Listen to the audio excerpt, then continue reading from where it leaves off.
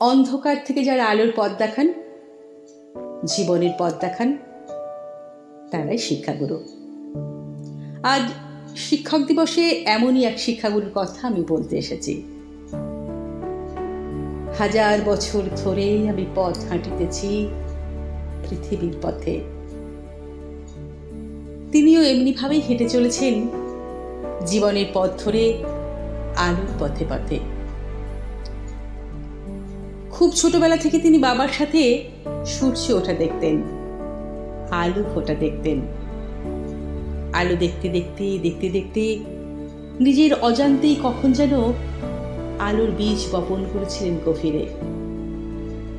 একদিন সেই আলো কিশলয় থেকে মহীরুহ হলো। আজ সেই তিনি আলোর দিশারি। বাড়িতে সাহিত্য চর্চার একটা মহল ছিল।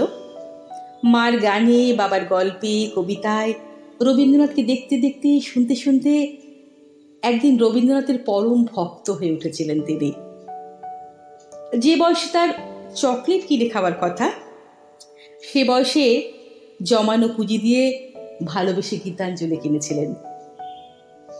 খুব ছোটবেলায় কেউ বাবার নাম জিজ্ঞাসা করলে নির্দ্বিধায় বলতেন, আমার বাবার নাম রবীন্দ্রনাথ ঠাকুর। হয়তো রায়চৌধুরী পদবিটা ভুল করে ভুলে যেতেন।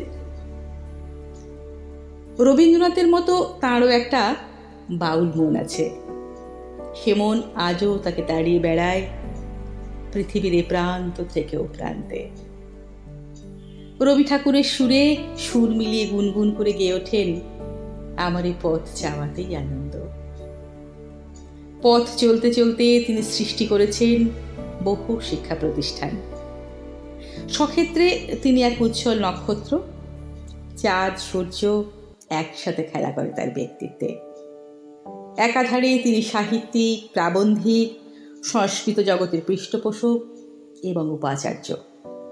এত বিশাল সাম্রাজ্যের তিনি অধীশ্বর। কর্তব্য দায়িত্ব প্রচুর। তবু এর ফাঁকে তিনি খোলা আকাশ দেখেন, মেঘের খেলা দেখেন। আকাশে রামধনু থেকে আলো রস নিংড়ে নিয়ে কি করে স্বপ্ন দেখতে হয় তা তিনি শিখেছিলেন। স্বপ্নহীন জীবন তো মৃত্যুরই নামান্তর। তাই তিনি প্রজন্মকে আলোর স্বপ্ন দেখান। তিনি স্বপ্নের কারিগর। কতটা খিদেতে পড়লে মানুষ আগুন হয়, আলো হয়, তা তিনি শিখেছিলেন শূন্য থেকে কি করে সংখ্যা জুড়তে হয়। বিবেকানন্দের ভাবধারায়, আদর্শে তিনি আজ যুব সমাজের হাতে তুলে দিয়েছেন আলোর মশাল।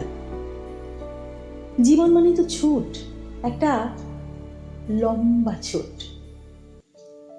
শত শত আলোকবর্ষ দূরে যারা অচ্যুত হয়ে আছে, তাদের তিনি ভালোবেসে সস্নেহে কাছে টেনে নিয়েছেন। তাই তো জন্মান্ধ ছেলেটা মেয়েটা আজ বলে ওঠে, আমিও আলো হতে চাই, আমিও আলো দেখতে চাই।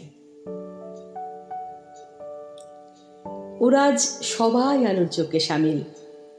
ওদের দু চোখে আজ আলোর নেশা, স্বপ্ন, আর ঠোঁটে আলোর বীজ মন্ত। এই আকাশে আমার মুক্তি, আলোয় আলো।